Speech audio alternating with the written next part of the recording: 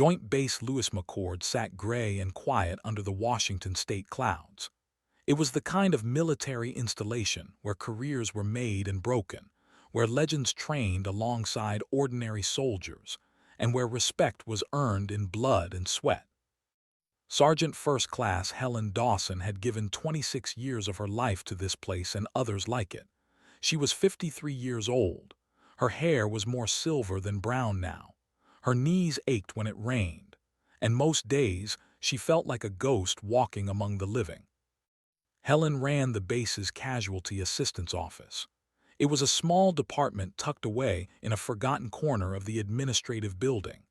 Her job was to help families of fallen soldiers navigate the impossible maze of paperwork, benefits, and grief that followed the death of a loved one.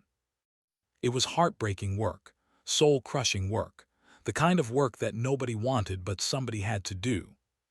Helen had chosen it 15 years ago after what happened in Kandahar, after the day that changed everything.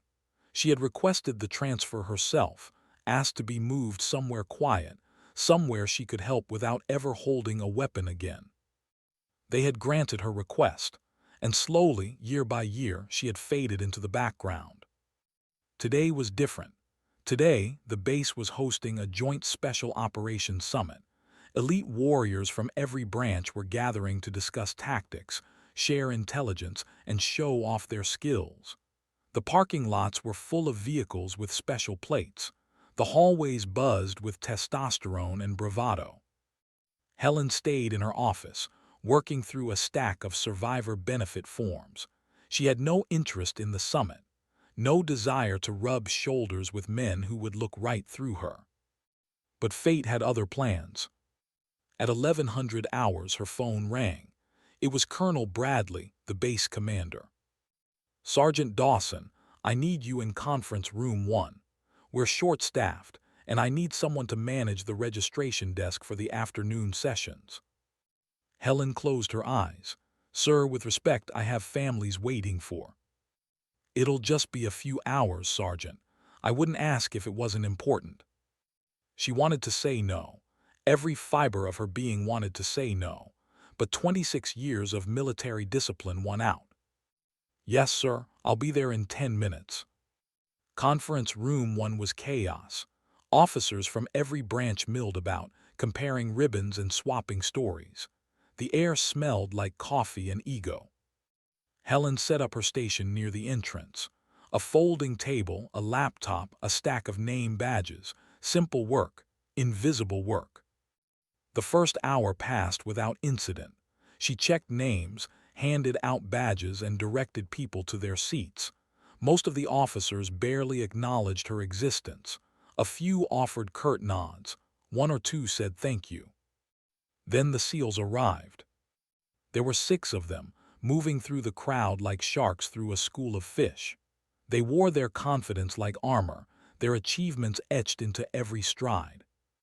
Leading the group was a man Helen recognized from the news, Lieutenant Commander Ryan Cross, 36 years old, 2 Navy Crosses, multiple combat deployments, the kind of warrior they wrote books about. He was also, according to rumors, insufferably arrogant. Cross approached Helen's table with a smile that didn't reach his eyes. "Well, what do we have here?" "Good afternoon, sir. Name, please." "Cross, Lieutenant Commander Ryan Cross." He leaned on the table, invading her space. "And you are?" "Sergeant First Class Dawson, sir. Casualty Assistance Office." Cross's eyebrows rose. "Casualty Assistance.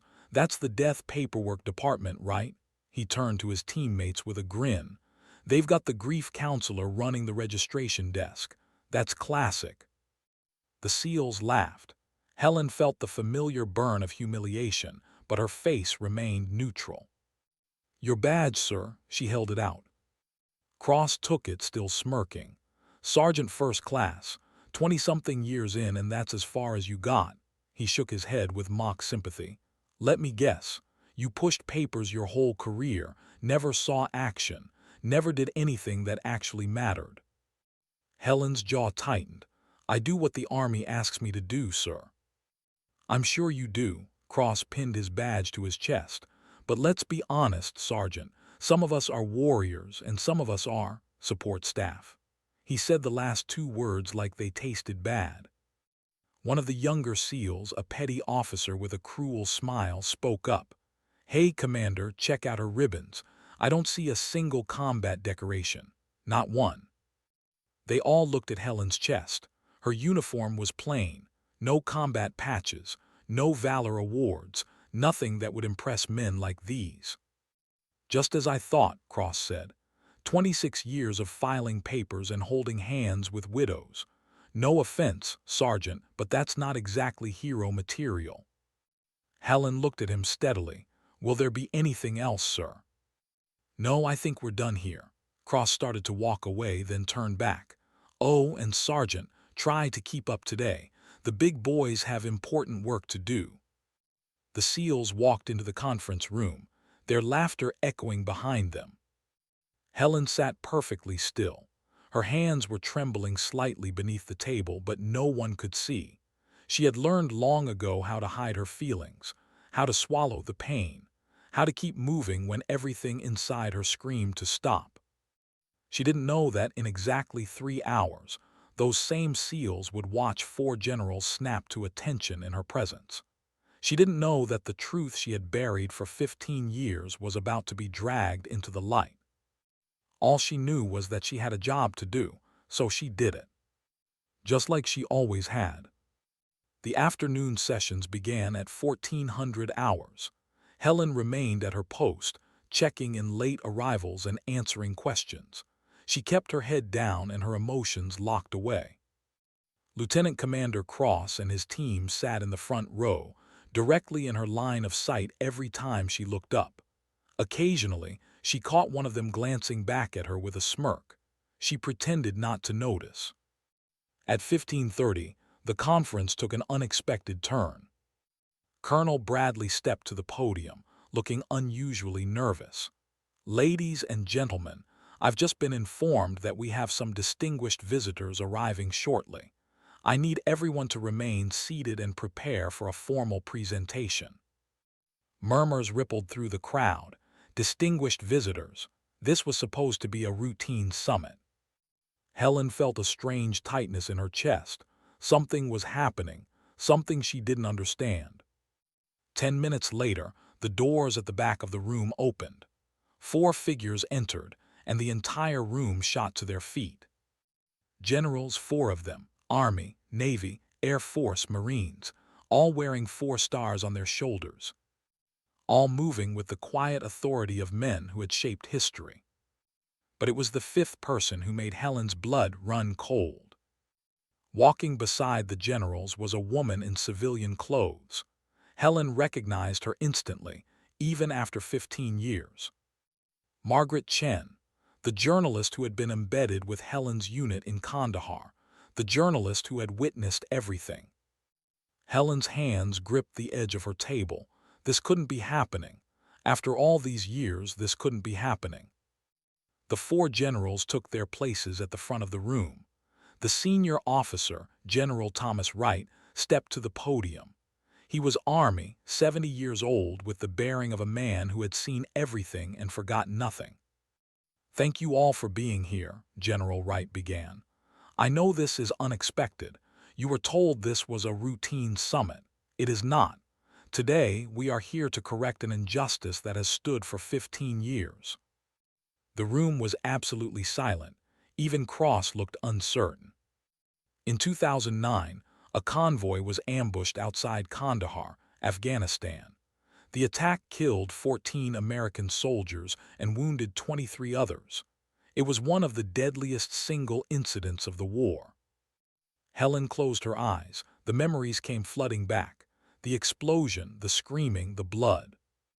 "What most people don't know," Wright continued, "is that the death toll would have been much higher if not for the actions of one soldier, a supply sergeant who wasn't supposed to be in that convoy, a woman who had no combat training, no special operations background, no business being in a firefight." He paused, his eyes scanning the room. "That soldier saved 31 lives that day. She pulled wounded men from burning vehicles. She held off enemy fighters with a weapon she had never been trained to use. She took 4 bullets and kept fighting until reinforcements arrived. Cross was starring now, his arrogance replaced by confusion. Her actions were classified because of the sensitive intelligence involved in the mission. She was awarded the Silver Star in a closed ceremony that no one ever heard about. And then she was encouraged to transfer to a quiet post where she could heal in peace. General Wright's voice grew heavy. She did exactly that. For 15 years, she has served in the shadows. She runs the Casualty Assistance Office here at Lewis McCord. She helps the families of fallen soldiers navigate their grief. She does the work that nobody wants to do, and she does it with grace and dignity. He looked directly at Helen.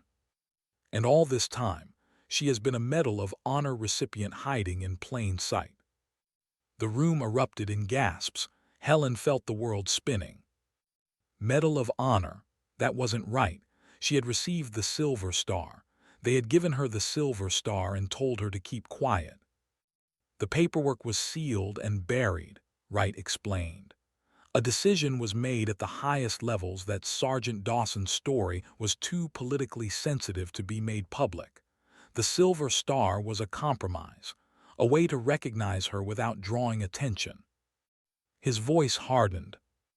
That decision was wrong. It was a betrayal of everything we stand for. And today, with the support of the President and the Secretary of Defense, we are setting it right. He turned to face Helen directly.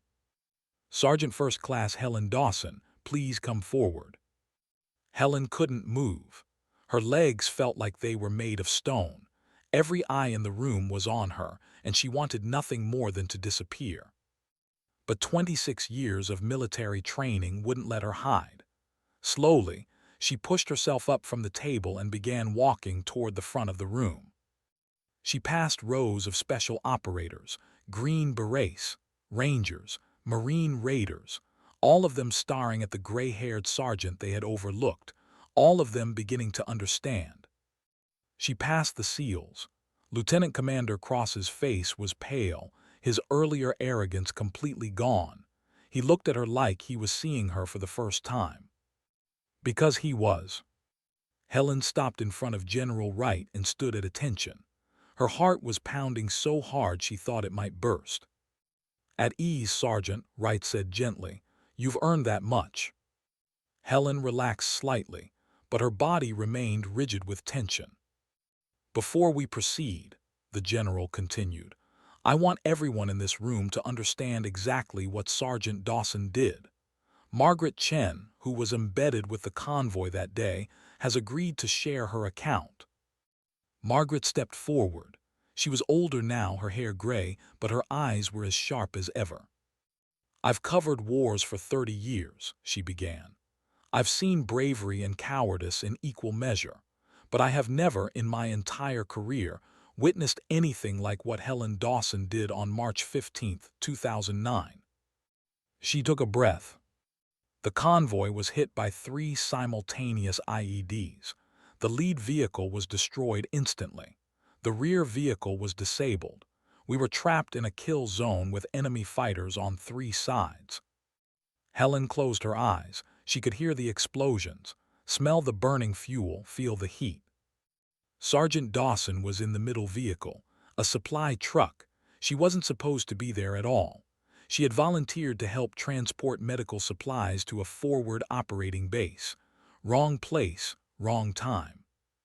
Margaret's voice grew thick with emotion. When the attack began, I watched her pull 4 wounded soldiers from a burning Humvee. She dragged them to cover with bullets flying all around her. She was hit in the shoulder during the first extraction. She didn't stop. The room was silent, not a cough, not a shuffle, complete silence. The enemy was closing in. Our security team was decimated.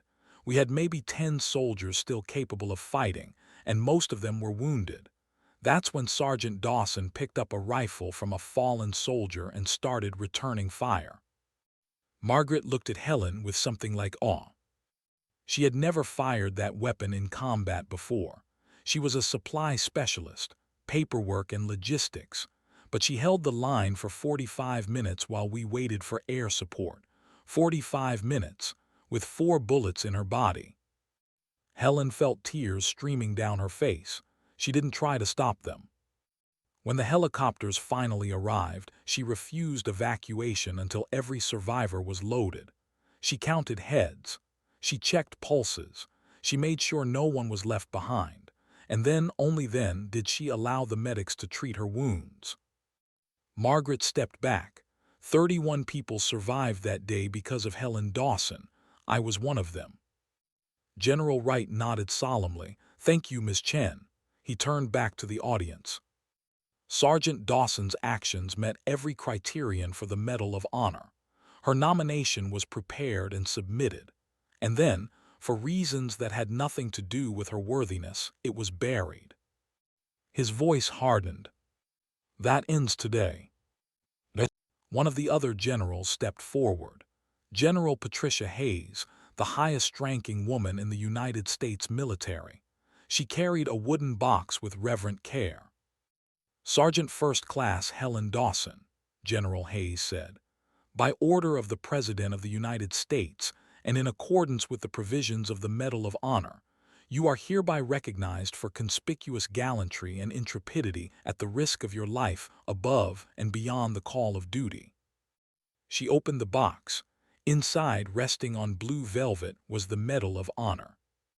This medal is awarded to those who distinguish themselves through extraordinary valor in the face of overwhelming odds.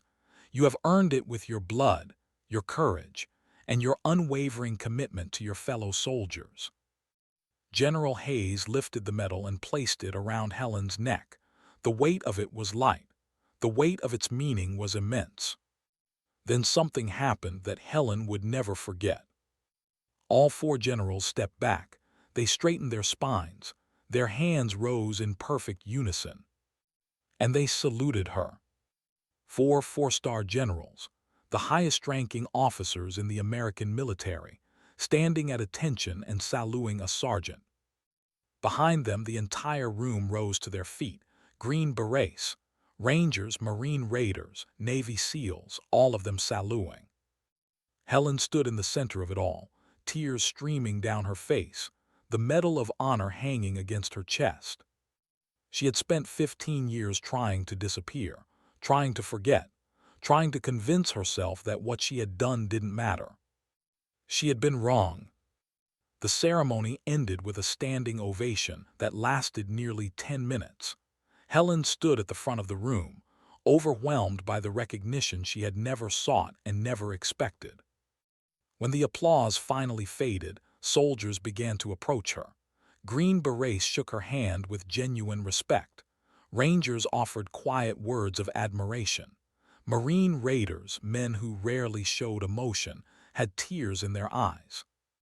But it was the SEALs that Helen watched most carefully. Lieutenant Commander Cross hung back, letting his teammates approach first. They came one by one, each offering apologies and congratulations. The young petty officer who had mocked her ribbons looked like he wanted the ground to swallow him whole. "Sergeant Dawson," he stammered, "I'm so sorry, I didn't know, I never would have." Helen held up her hand. "You didn't know because I didn't want you to know. No apology necessary." "But we all make mistakes, son. What matters is what we do after we realize we've made them." The young man nodded, chastened. He saluted and moved away. Finally, Cross approached. He stood before Helen, his usual confidence replaced by something she hadn't expected to see: humility. "Sergeant Dawson." "Lieutenant Commander." He was quiet for a long moment, struggling to find words. "I've spent 15 years in special operations. I've led men into combat. I've received commendations and awards and all the recognition a soldier could want." He shook his head slowly. "And in all that time, I've never done anything close to what you did in Kandahar. You saved 31 lives with no training, no backup, and 4 bullets in your body. You earned the Medal of Honor, And then you spent 15 years helping grieving families fill out paperwork. His voice cracked slightly. This morning I called you support staff. I said you weren't hero material. I was wrong, Sergeant. I was completely, utterly wrong, and I am deeply, profoundly sorry. Helen studied his face. She could see the sincerity there, the genuine remorse. This wasn't a man trying to save face. This was a man whose entire worldview had just been shattered. Let me tell you something, Lieutenant Commander. I've spent 15 years in the Casualty Assistance Office. I've held the hands of widows. I've helped parents bury their children. I've seen grief that would break most people. She stepped closer to him. And you know what I've learned? Every soldier matters. The Green Beret who clears buildings and the private who cleans latrines. The SEAL who leads the raid and the clerk who files the paperwork. Every single one of them matters. Cross nodded, his eyes glistening. The families I work with don't care about combat patches or valor awards. They care that their husband, their son, their daughter served with honor. They care that someone remembers their sacrifice. That's what I do, Lieutenant Commander. I make sure they're remembered. That's important work, Cross said quietly. It's the most important work I've ever done. Helen touched the medal around her neck. This medal doesn't change who I am. It doesn't make my job more valuable or my service more meaningful. All it does is remind people that heroism comes in many forms, and sometimes the greatest heroes are the ones you never notice. Cross extended his hand. It would be an honor to serve alongside you, Sergeant Dawson, anytime, anywhere. Helen shook his hand firmly. I'll hold you to that, Lieutenant Commander. That evening, General Wright invited Helen to dinner in the officers' mess. They sat at a quiet table, away from the crowds. How are you processing all of this? He asked. Helen stared at the medal still hanging around her neck. I'm not sure I am processing it, sir. This morning I was invisible. Tonight I'm wearing the Medal of Honor. It doesn't feel real. It's real, Helen, and you've earned it 1,000 times over. Can I ask you something, sir? Anything. Why now? After 15 years, why did you decide to make this right? Wright was quiet for a moment. Because I was there, Helen, in Kandahar. I was a colonel then, coordinating the rescue mission. I saw the helicopter footage. I read the after-action reports. I knew what you had done. He leaned forward.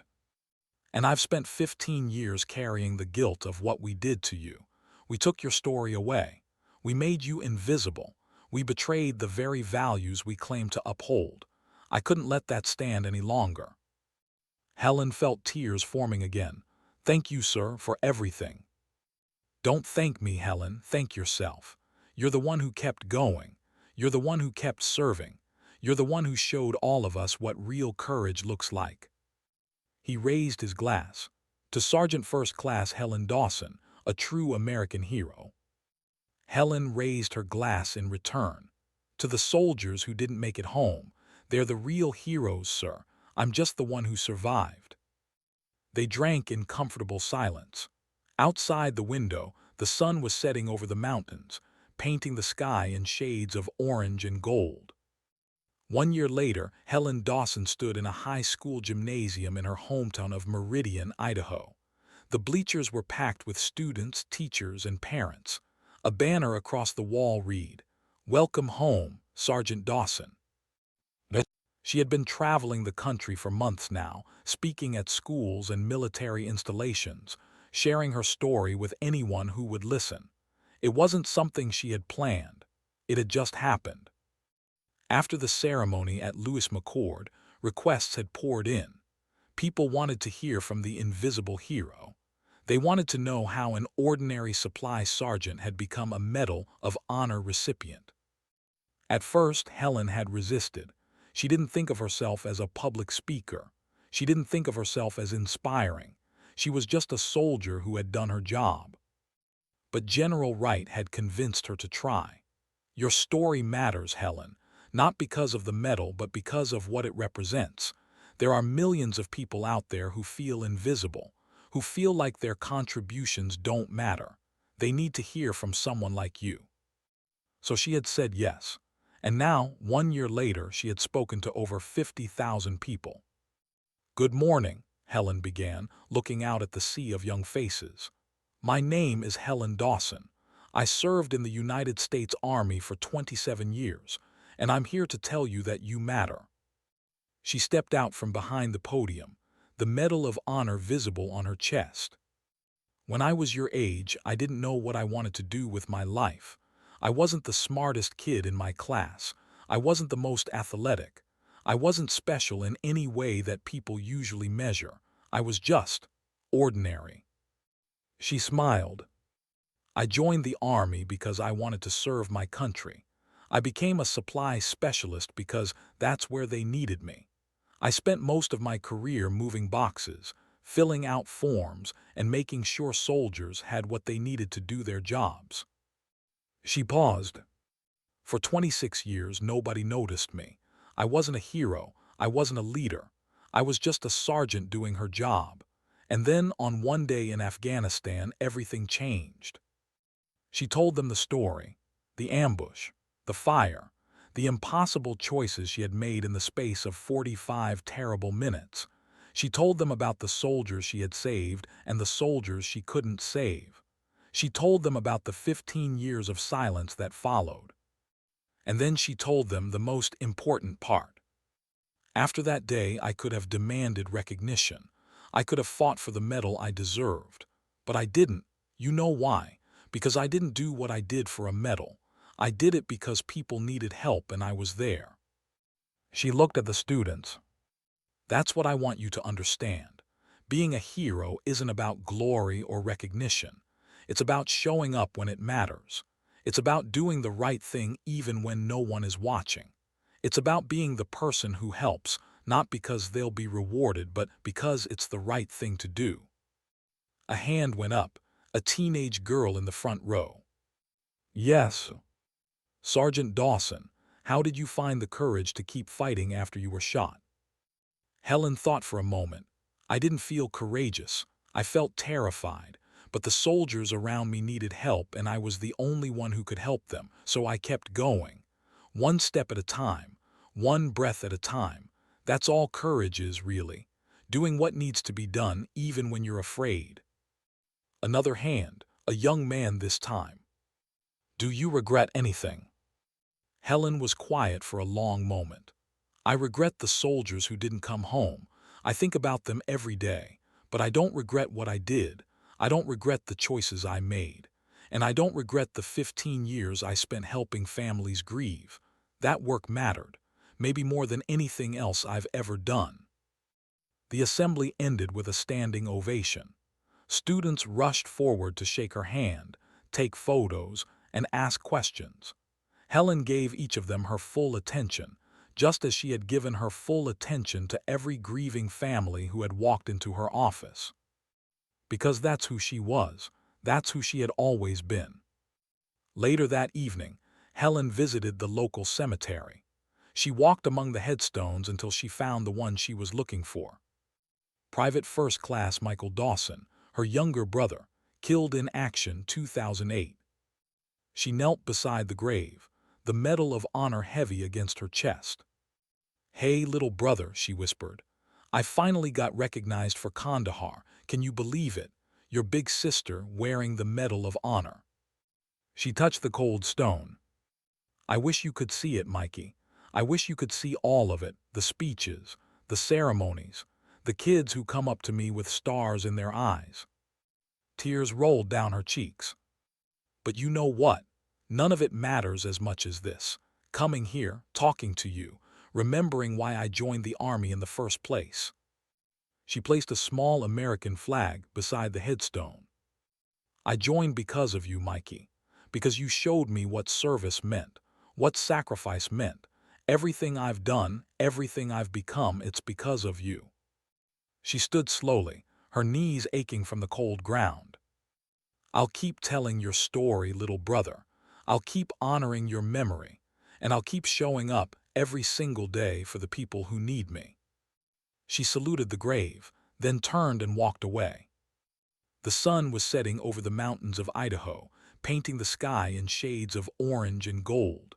Helen walked toward it, the Medal of Honor gleaming against her chest, her shadow stretching long behind her. She had spent most of her life invisible, unnoticed, unremarkable. But she had never been ordinary, not really. She had just been waiting for the world to see what had always been there. And now finally they could.